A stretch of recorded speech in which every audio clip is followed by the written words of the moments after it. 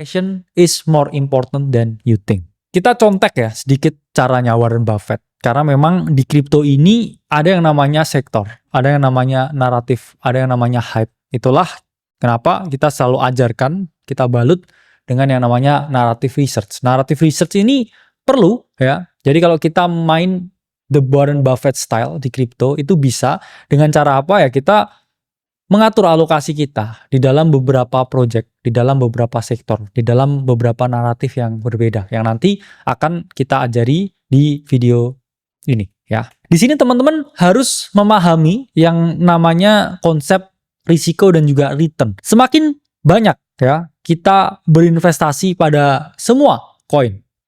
Ini sebenarnya risikonya semakin rendah, tapi returnnya ini juga semakin rendah. Apa maksudnya? Maksudnya gini.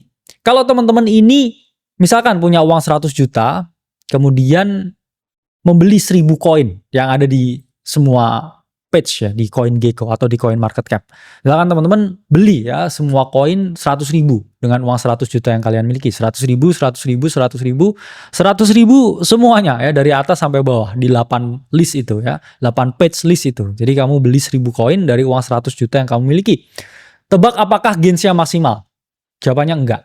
Kenapa? Karena allocation dari masing-masing size, masing-masing koin yang kamu beli itu terlalu kecil karena cuma 100.000.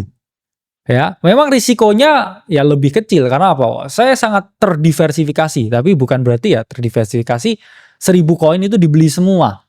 Ya kalau begitu ya semuanya naik tapi kamu beli per koin kan cuma 100.000. Jadi percentage of return atau gainsnya itu kecil. Oke? Dengan perspektif yang kita balik misalkan. Oke, saya beli satu koin aja dengan semua portofolio yang saya miliki.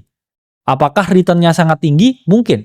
Kalau misalkan saya full portofolio, terus saya beli Fartcoin naik 20.000%. Ya saya langsung kaya raya dalam detik juga. Tapi kalau misalkan koinnya tersebut tidak perform, saya kehilangan 80-90% dari portofolio yang saya miliki dan itu selalu terjadi.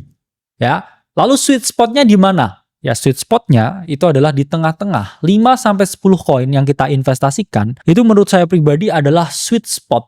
Angka wajar, angka aman. 5-10 itu ketika let's say lah 10 koin. Ya kita investasikan ada yang perform ada yang enggak. Tapi ketika ada satu yang perform dengan signifikan itu akan menutup koin lain yang enggak perform. Jadi teman-teman harus paham ya, sweet spotnya investasi dan diversifikasi di kripto itu adalah 5-10 koin. Lebih dari 10 koin ini akan membuat portofolio kalian terlihat seperti swalayan.